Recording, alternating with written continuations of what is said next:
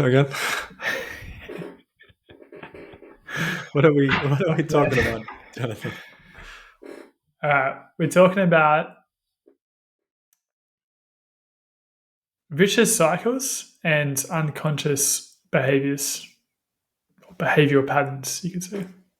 Interesting. Yep, sure is interesting.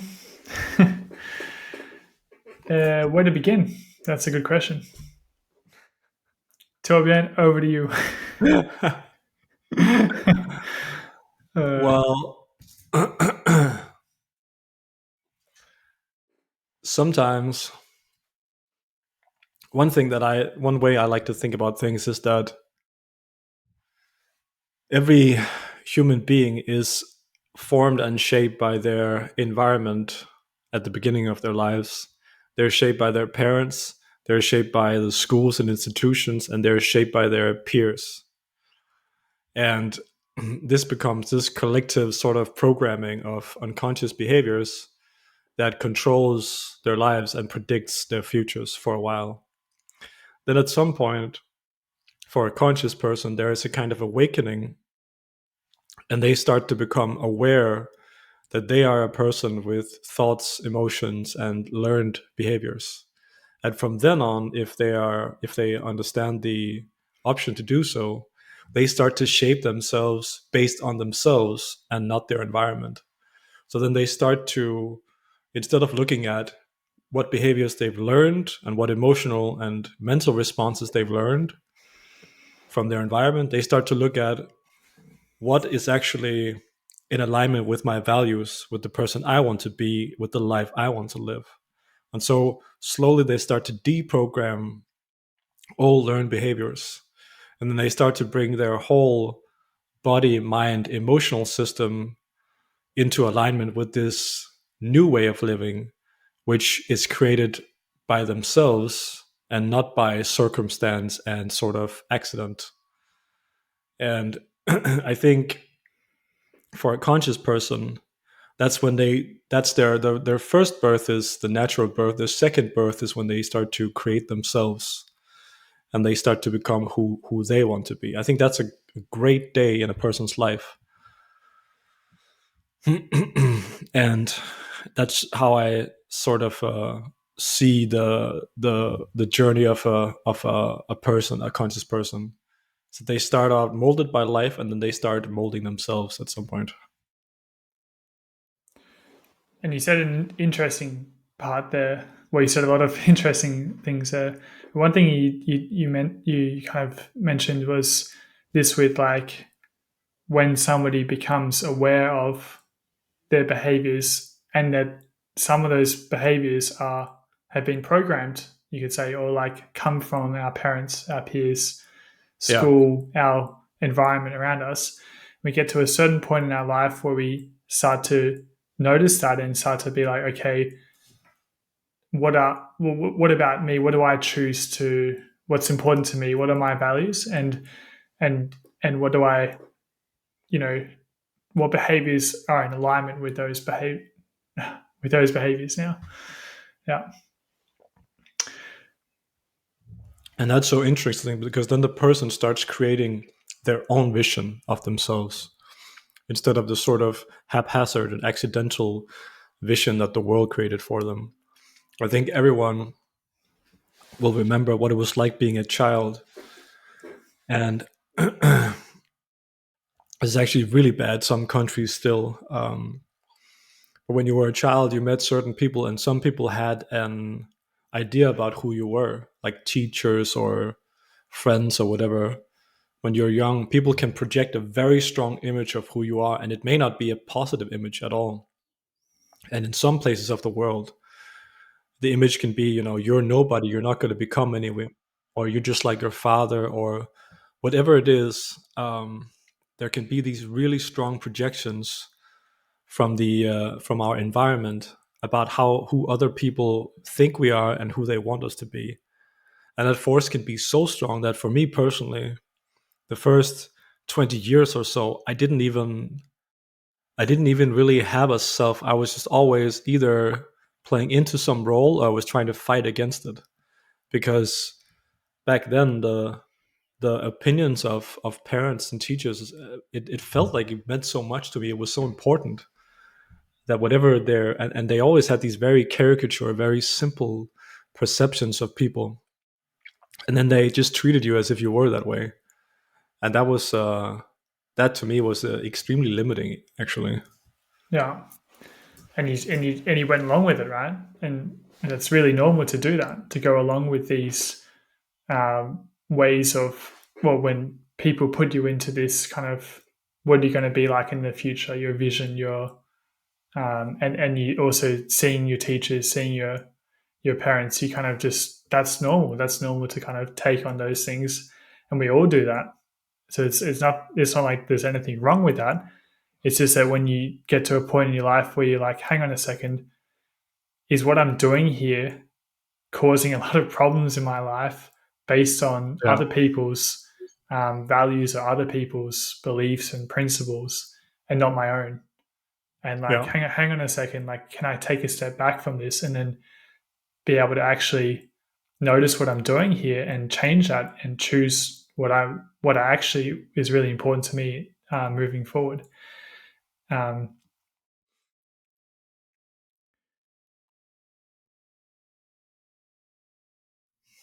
can I just ask you, Toby, what did you, like? You said up till you when you were 20. What happened when you were 20 that to kind of change that, get out of that kind of cycle of uh, living through other people's values or behaviors or ways of doing life?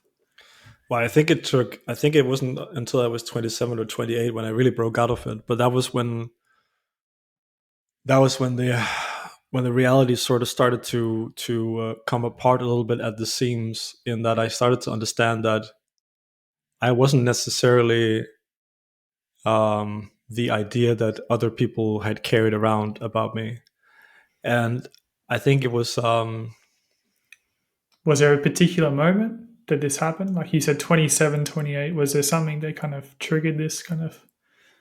for me it was a very very slow process of just deprogramming, reprogramming, and just slowly becoming conscious of layers of behavior which I wasn't aware that I was doing, and unconscious thoughts and values that I wasn't aware weren't even mine. And then it just sort of over time it sort of accumulated until it created some, well, it became obvious at a certain point because was so much change that the idea of the idea of being stuck in this little small image of someone kind of broke away. But it was a very gradual process, and it So, was sort of it happened through accumulated changes in thinking and behaviors. It was the whole thing is kind of a self-referent. It's like, you know, the constructed self. Everything you do and think and feel creates a story of who you are. So for me, it was a very gradual process in which I became more and more myself and questioned more and more the things in me that were not myself, until I suddenly one day realized that I felt more like myself than ever, and I'd been doing it, you know, for a while actually. And I think one thing that comes to mind is that I think it's so important to discover our values and live by them. And I don't mean in a caricature way where, like, you know, sit down and write down your values.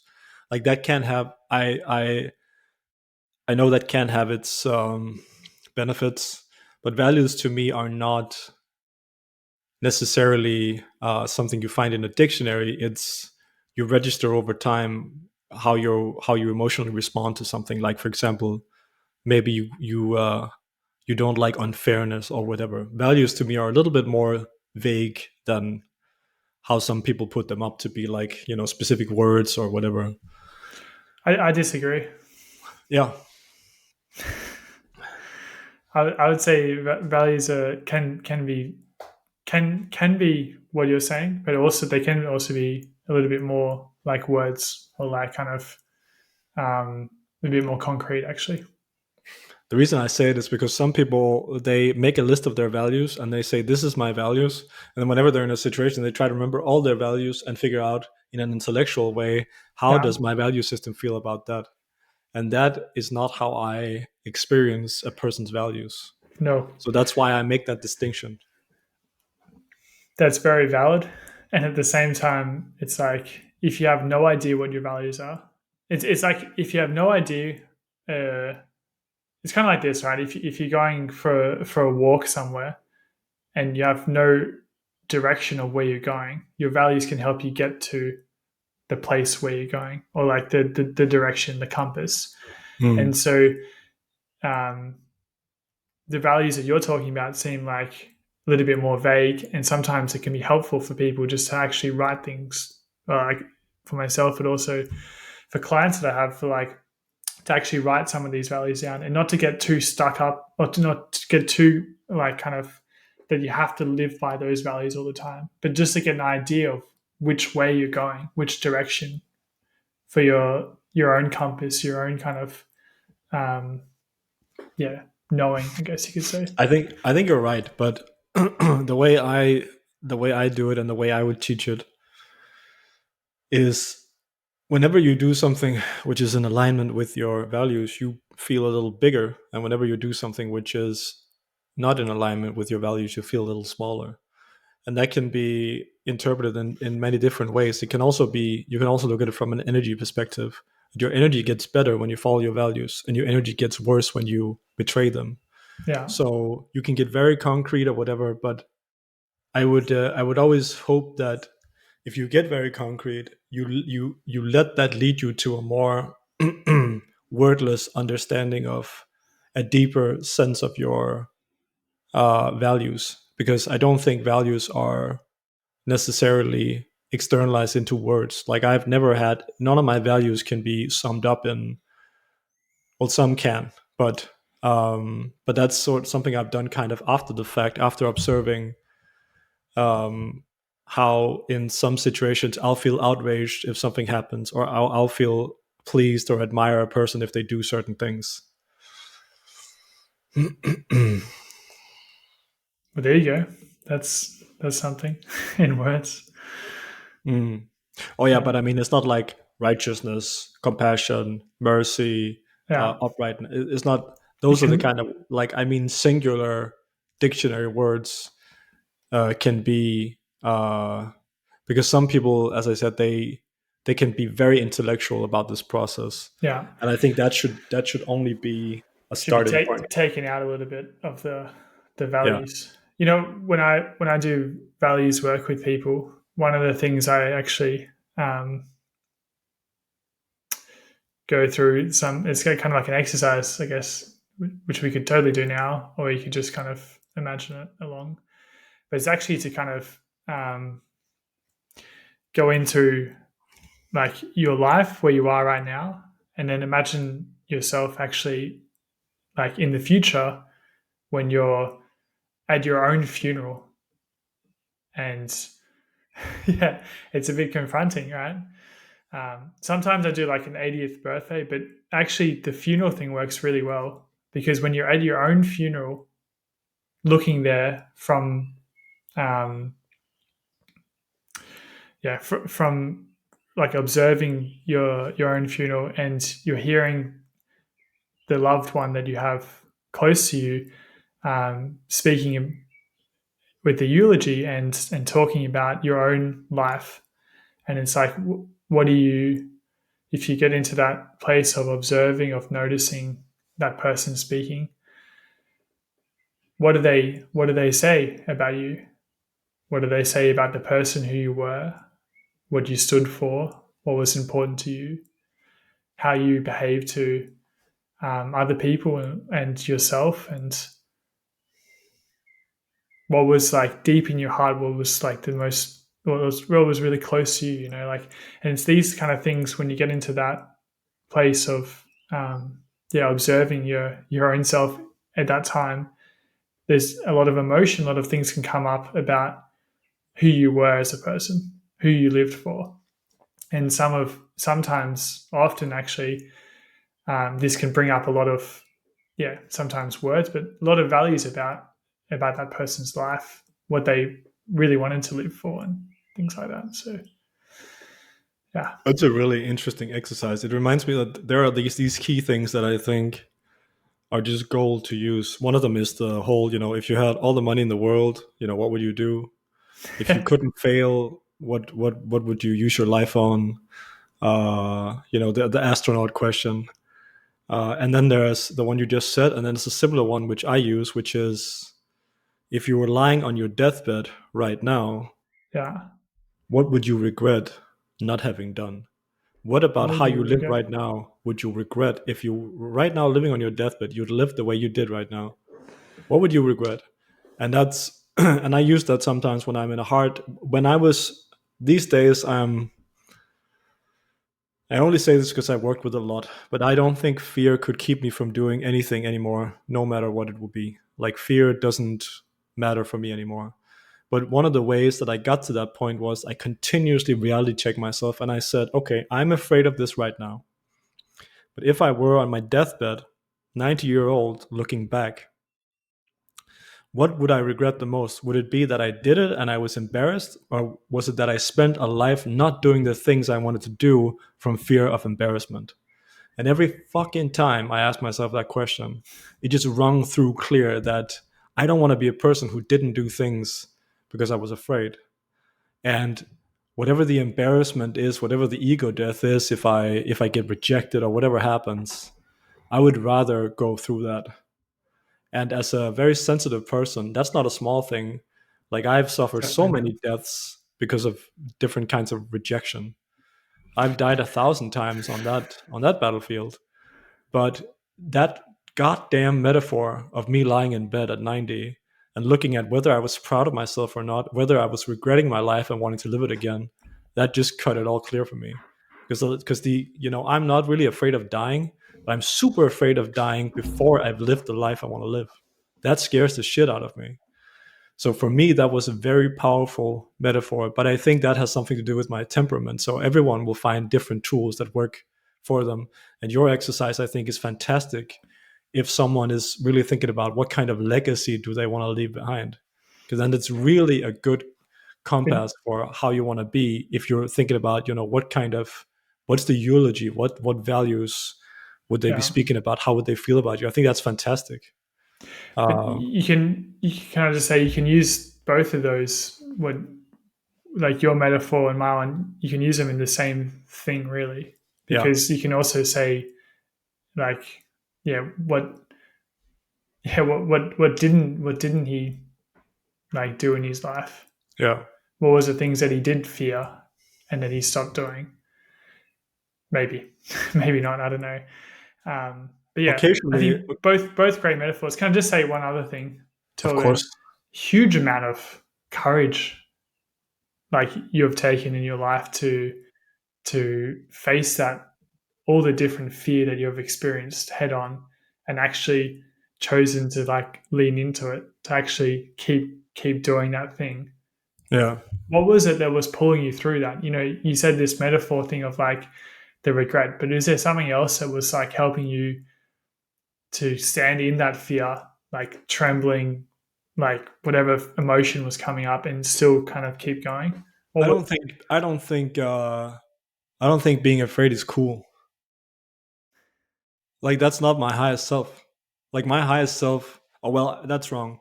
My highest self is certainly afraid, but I don't think backing down from something that you want to do is cool.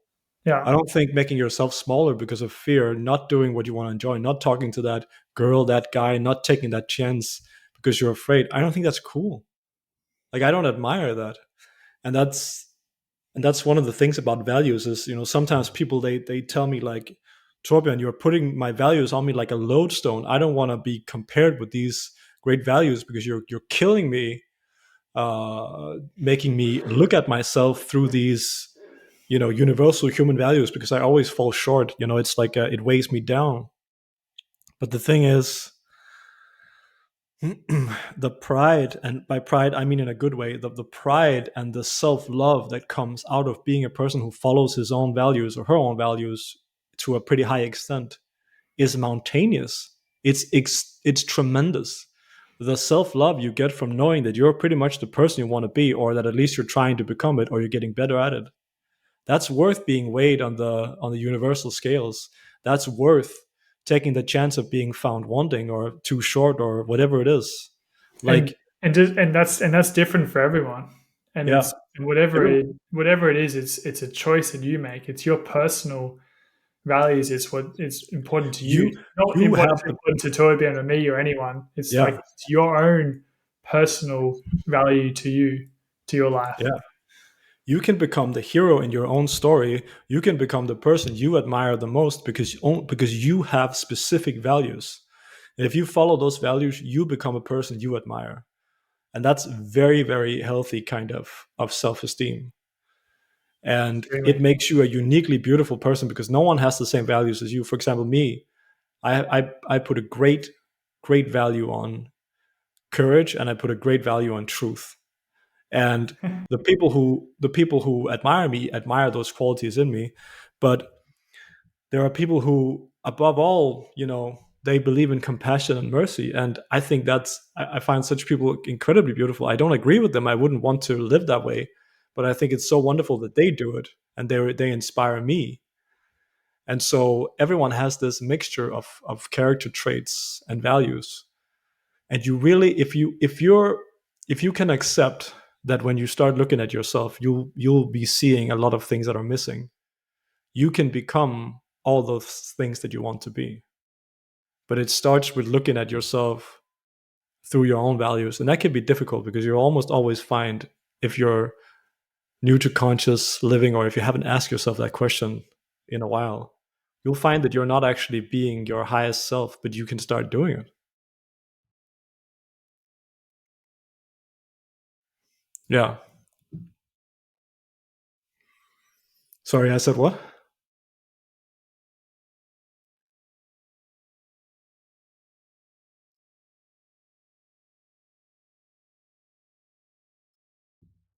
Yeah.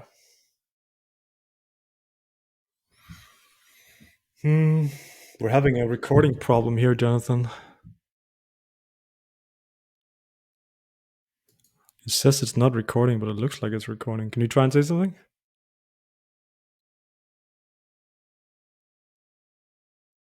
Um,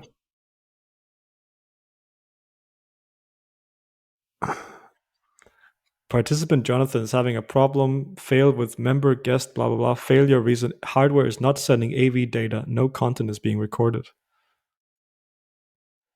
But it looks like content is being recorded. Can you hit F5, Jonathan? Then it'll can you refresh? Yeah, then it should work.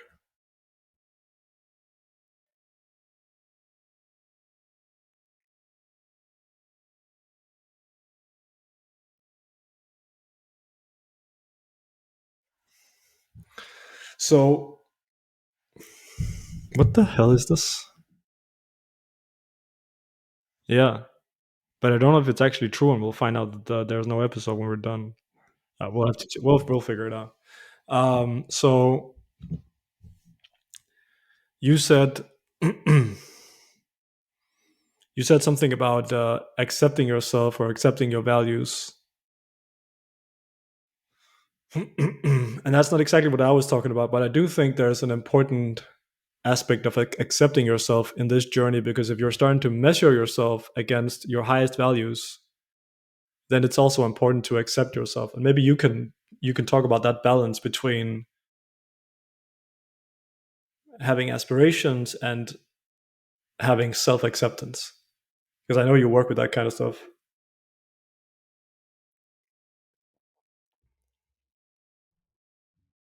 How do we balance accepting ourselves as we are while still actually improving on the things we want to improve?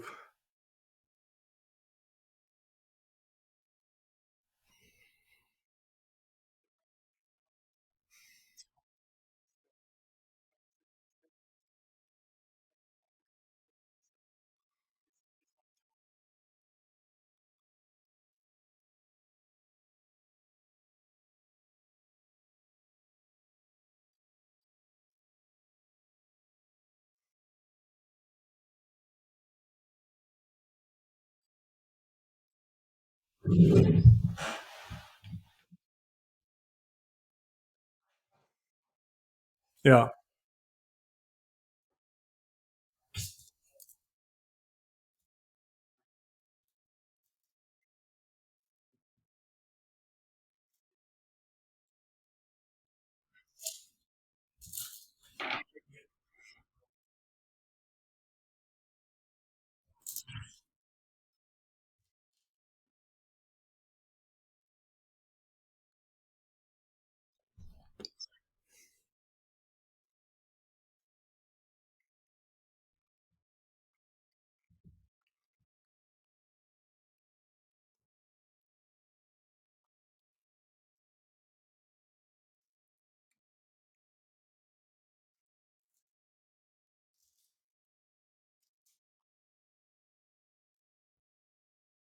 Right.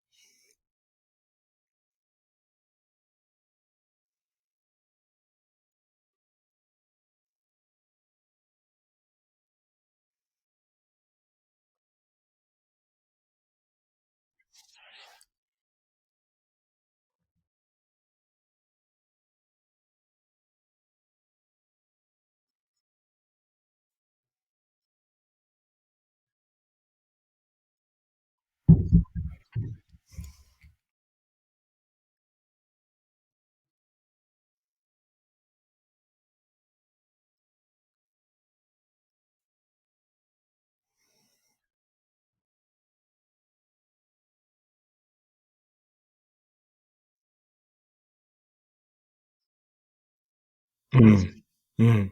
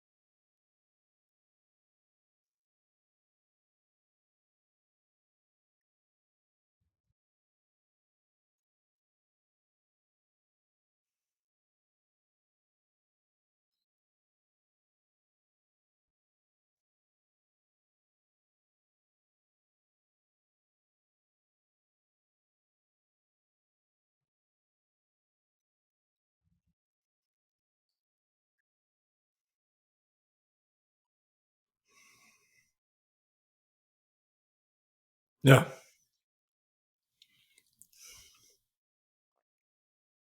So what what do we do?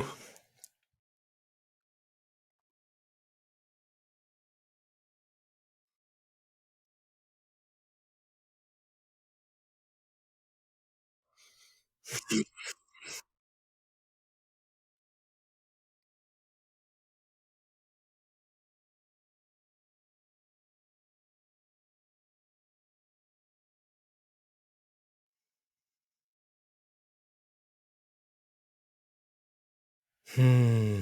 Well, I only have one problem, and I don't want to talk about that one. So it's a little difficult. I don't have a lot of problems. Okay, so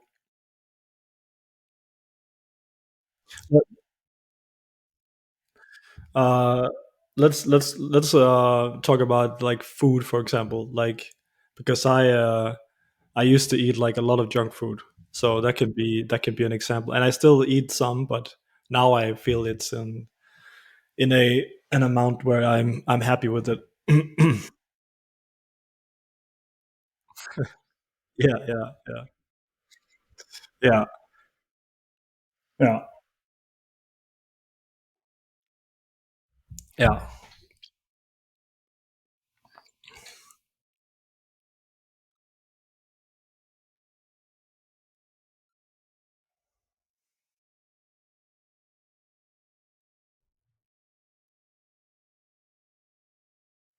Well, in that case, for me, when it came to food, it was always I would be stressed out or sad, or I would have some kind of emotion that I wasn't dealing with, and then I would eat because it gave me a pleasant feeling, which distracted me from the food, and then I would feel bad afterwards because I ate so much that my body felt bad.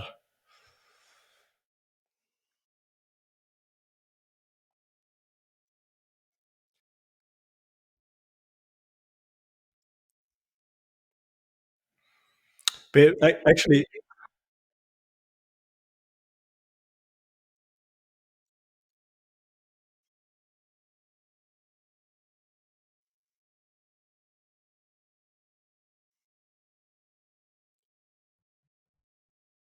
yeah, I felt discomfort, and then I looked for comfort in food, and then I felt discomfort because it was not a healthy coping mechanism.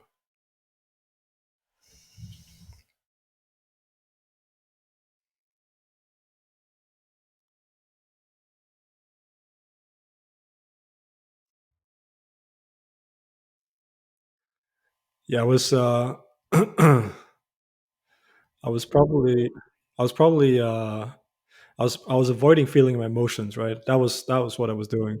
Yeah.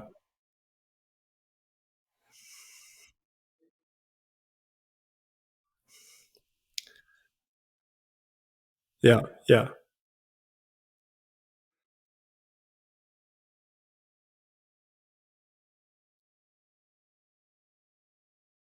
Yeah. Well, then I ended up feeling bad because I ate too much and the emotion was still there. So,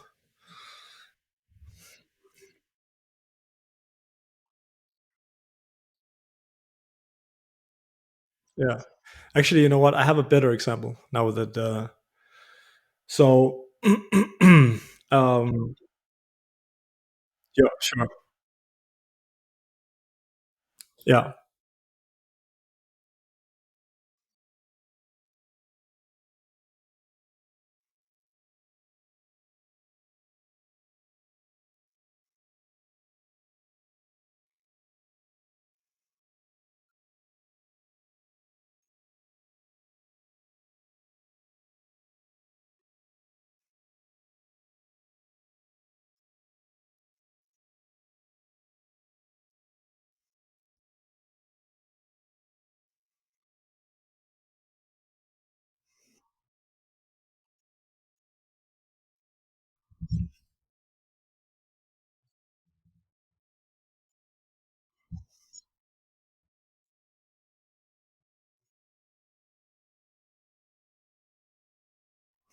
Yeah.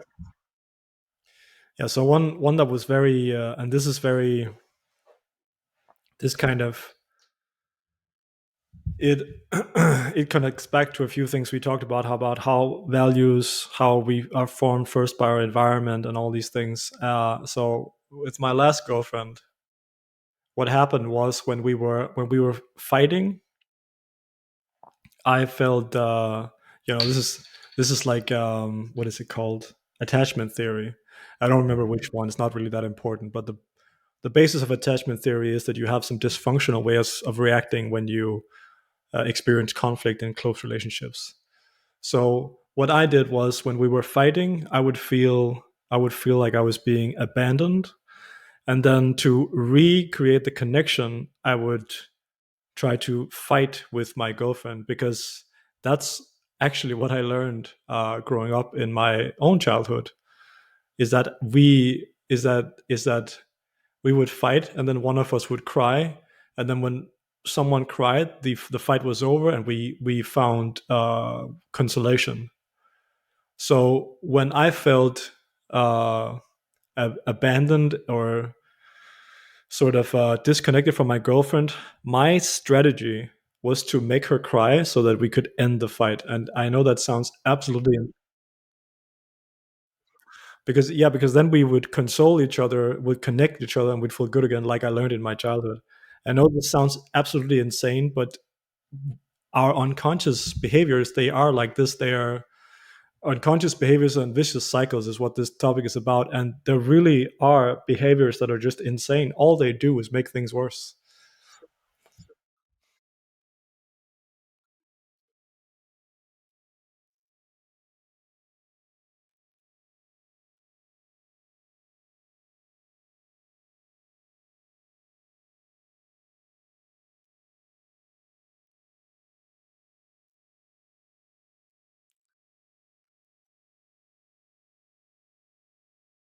In that situation, I think I felt like abandoned or something like that. Yeah, I felt abandonment.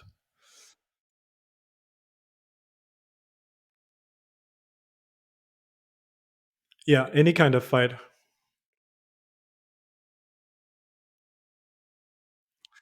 Often, often what would tr- often what would trigger these fight is that she would become distant from me, and so I tried to reconnect by fighting with her.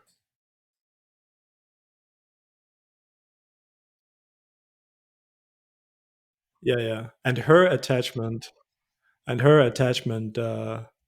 her type of attachment was to, of course, distance herself in conflict and become distant and be avoidant. So you have the classic setup of one person chasing the other and the other person running away. So when I was trying to, yeah, I was trying to reconnect emotionally, and she was trying to get away from the situation, because that's what how she grew up. Is that how conflicts where she grew up were resolved in a way that everyone just ignored each other, pretended nothing happened, and went on with their lives. So that was how uh, she resolved conflicts, and the way I resolved conflicts was talk about the conflict, resolve it, everyone's happy, right?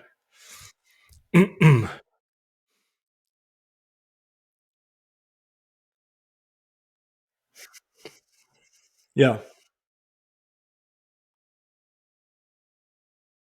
yeah, and we would reconcile. Yeah, yeah, yeah.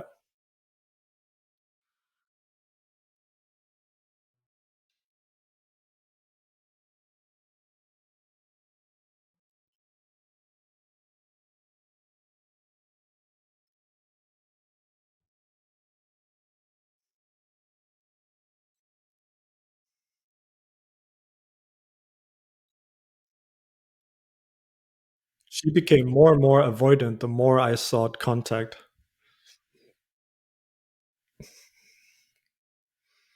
And there are ways around that, but for me, I will never date someone who's avoidant again, because you can make anything work if you want. You can have your own preferences, and you can work with whatever. But there are people out there who, when they get angry, they just shout at you until they feel better, and then everything is fine. And I'm only dating such a person again because I'm not dealing with that other shit again ever in my life. Because I don't mind when people get angry at me, because that to me is still I mean, not in an unhealthy way, but if someone is angry at me, I know that they still care. But this distant thing, I don't understand it, and I'm not gonna work with myself to a point where I can be in that kind of relationship, because even if I could do that, that kind of relationship is not in alignment with my values at all. It's not what I want. So I could go to a place where I could survive being in that kind of relationship, but I have zero reason to, because a person who does that is just, my values and their values would be so out of alignment on a fundamental level, because I simply do not believe in avoiding conflict on any area of life. So even though you can work with these things if you really love each other, for me it's just not my value to live in such a way, and I actually don't respect someone who does that enough to have them as a partner, because for me a part of respect is to know that a person will take the necessary conflicts with the necessary people, because that to me is a cornerstone of showing up in a relationship, is to take the important conflicts.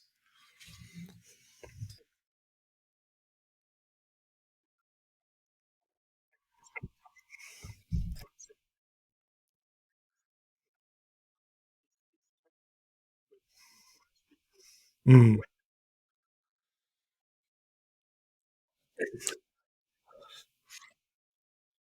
yeah.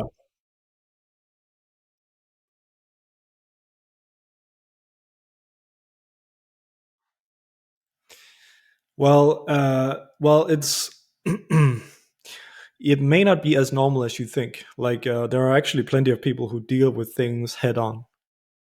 uh, and there are people who do that in a destructive way as well, of course. So it's about a balance, because there are people who are hungry for conflicts.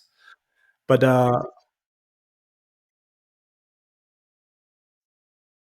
mm,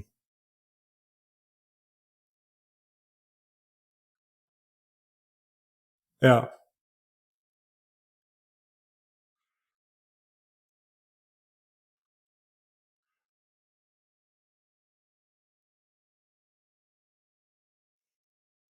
yeah,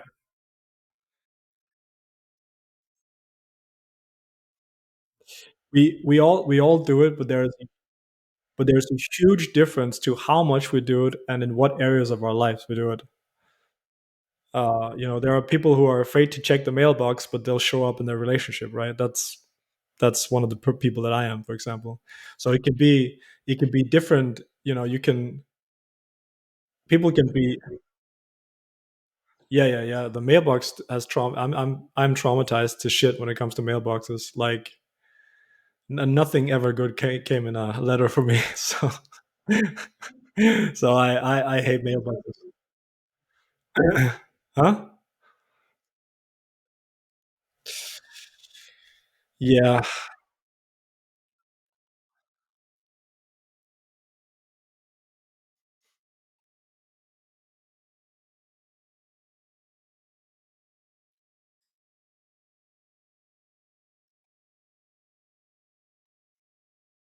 yeah,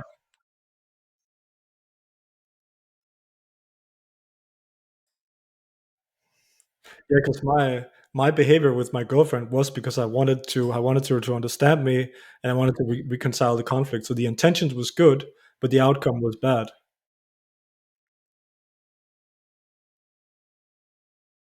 Yeah, yeah, yeah.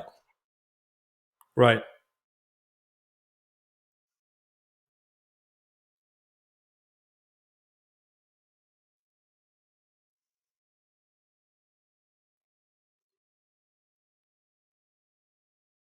Yeah. And interestingly, in the relationship, as I got better at managing, this behavior, I then came to realize that, oh yeah, I don't have to follow this behavior anymore. But being in a relationship like this is not part of my values. This is not my ideal relationship. It's not even close. And so, even though the behavior was fixed to a great degree, I realized that even though it wasn't a problem anymore, it wasn't actually what I wanted. And so that can happen too. Yeah.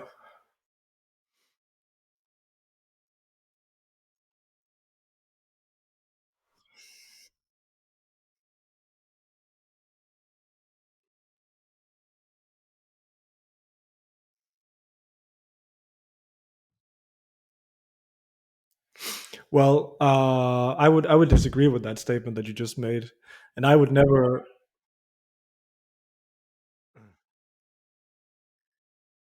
replace one behavior with another, because that to me would be like that would be to me like programming someone. And even if you have a lot of healthy behaviors, you're a well functioning robot. Congratulations, you are now dead. So I would never replace. I'm always trying to create the ultimate conscious person, the Zen master, the Tantra master, the yogi. But to put it very simple, what you can replace a habit with or a behavior with is consciousness. So if you replace an unconscious behavior with simply becoming conscious instead in the situation, then you get a whole array of new actions you can take that are in harmony with the situation. So you're not stuck in, oh, I used to do this, now I do this. You're not become robotic. You learn to stop, and then you learn to look, and then you learn to pick a new choice, which is harmonious.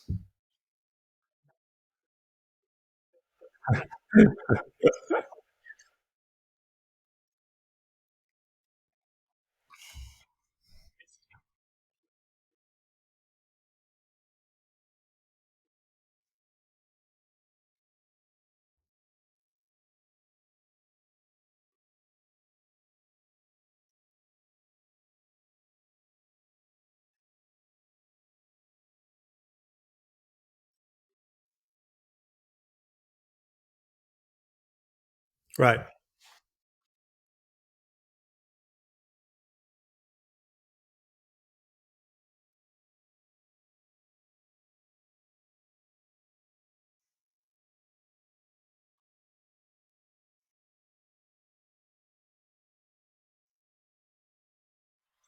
And that distinction is actually very important, because I don't know whether you know this or not, but there's a huge school of thought, like the dominant school of thought within self improvement is actually to replace one behavior with a specific other behavior. And it's the same if we look at the spiritual traditions. All the lower traditions are based on acts. It's based on learned behavior. It's based on training yourself, disciplining yourself to act in a certain way. And that does actually turn you into a perfectly well behaved robot, because then you go from being a person who has unconscious bad habits to having conscious good habits. For example, you're lying all the time. Well, now you've learned to always speak the truth. But is always speaking the truth a good idea? Is that being alive? Is that being responsive to life?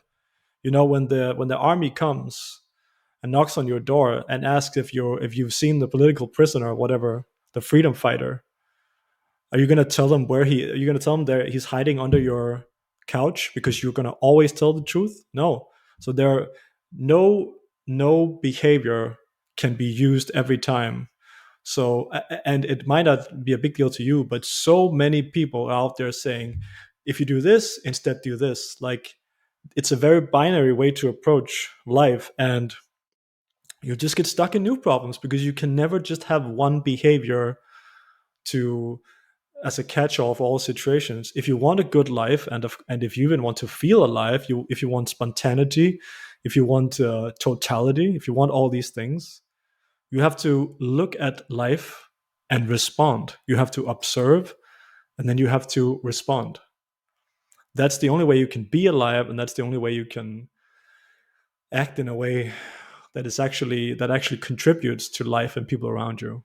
Because there's so much focus on, stop the bad things, do the good things instead. But that's not, in my opinion, that's not the goal at all. That's in a way, it's actually worse. Because if you look at a bad person, everyone can say, oh, this person is bad, he's drinking, whatever, he has bad habits. But if you look at a person who has good habits, everyone will actually everyone will compliment this person. They'll say, oh, he's such and he's so and so.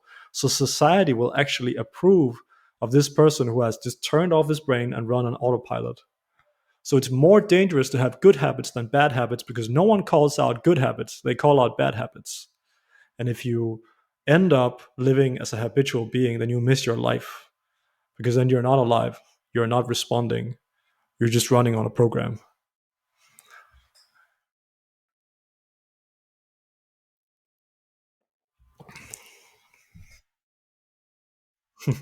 That's how I see it and how I've actualized it in my own life.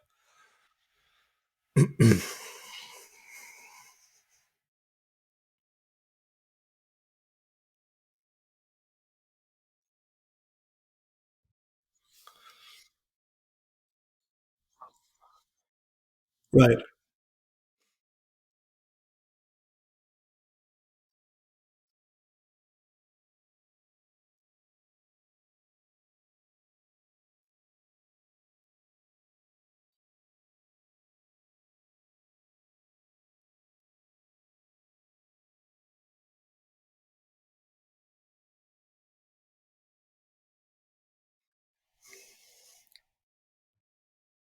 And that's the intuition, right?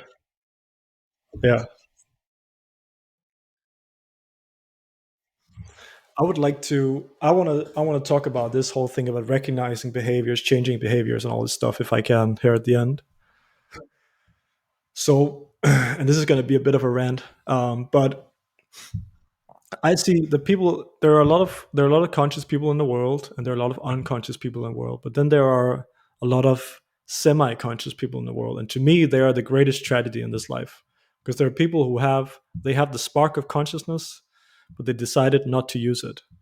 And what I see all these people have in common is one thing: is that they don't admit mistakes. They don't apologize. They don't admit mistakes. And if whatever you ask them about, they didn't do it, and if they did do it, it wasn't their fault. Someone pressured them into it, or it couldn't be helped, or it was the other person who caused it. So people who don't accept their flaws, they never get angry at themselves. They never feel indignant at themselves for failing their own standards. And so because they don't feel failure, they don't feel a desire to better themselves. And because they don't feel a desire to better themselves, they never become better people. So there is a natural cycle in every human that when you betray yourself or fail yourself, you feel bad about it. And when you feel bad about it, you have a desire to do something about it. And when it's happened enough times, you can override even fear, and you can force yourself to change the behavior. So that's why it's so, and of course, everything is a balance. If you get too down on yourself, you get paralyzed and you fall into a pit. That doesn't help either. But it is natural to feel bad when you've fallen short of your own standards. And if you ignore this process, then your spark of consciousness will not grow. Your seed of consciousness is not going to grow. That's the only thing I've ever seen which stops consciousness from growing. It is not admitting your faults and not admitting your flaws. You don't even have to admit them to other people, but you have to admit them to yourself.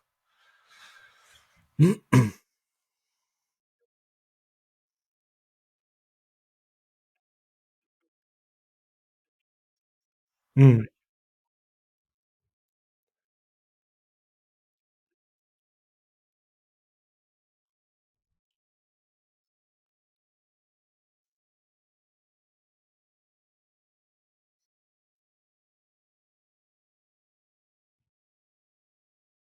right,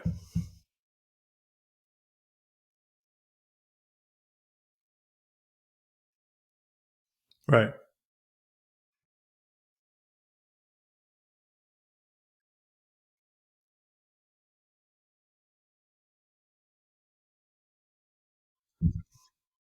Yeah,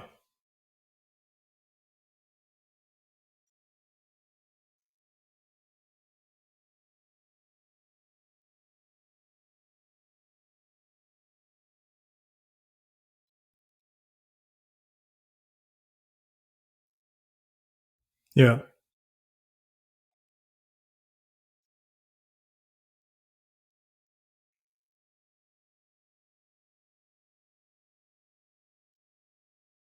yeah. Yeah, and that's a great tool. And for me, it was like, for me, it always came back to betraying myself. And I know so many people out there are doing it. And that's, and that's, fear. Whenever I look at emotions, the biggest problem is always fear. Fear of the fact that if I accept that I've done something wrong, I won't be able to fix it. I'll just realize that I'm a bad person. I'll fall down into a hole and realize I shouldn't exist, and then I just collapse.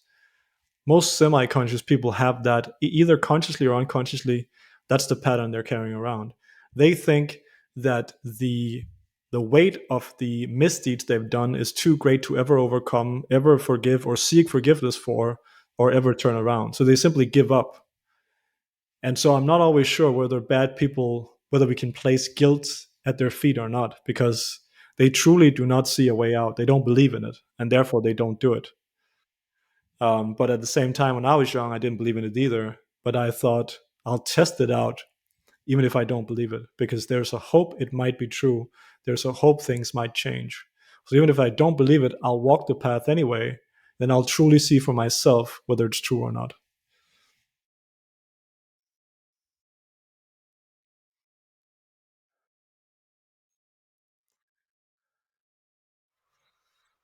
It wasn't a big thing for me, uh, but for a lot of people, I see that the biggest hurdle for them is to forgive themselves for taking so much shit from other people that no one should ever have put up with.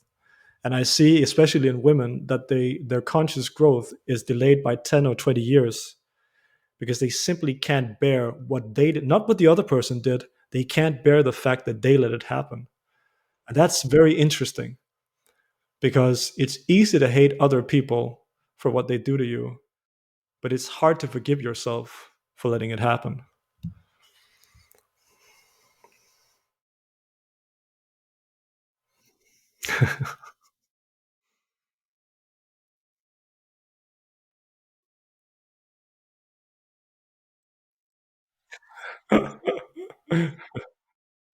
Yeah, I don't know what does it and one does it, but some things just fire me up because it's so close to my heart. And it's the same with you with these methods you were talking about and stuff. It's I can tell it's something that you're invested in.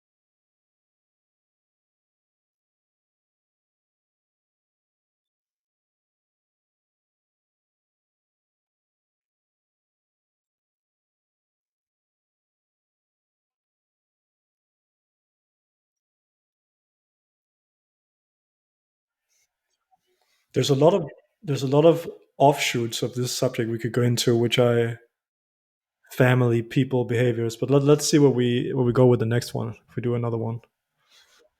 But yeah, this was yeah an interesting talk. I feel like we can talk a lot more about unconscious behaviors and vicious cycles, but this would be the first episode of it at least.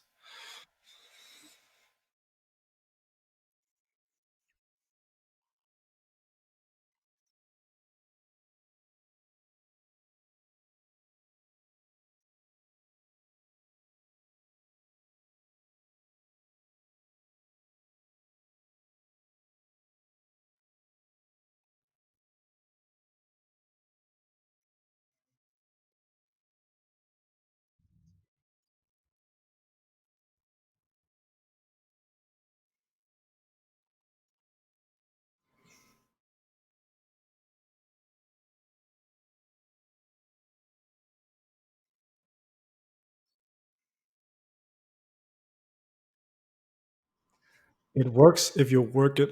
And on that note, have a good night, everyone.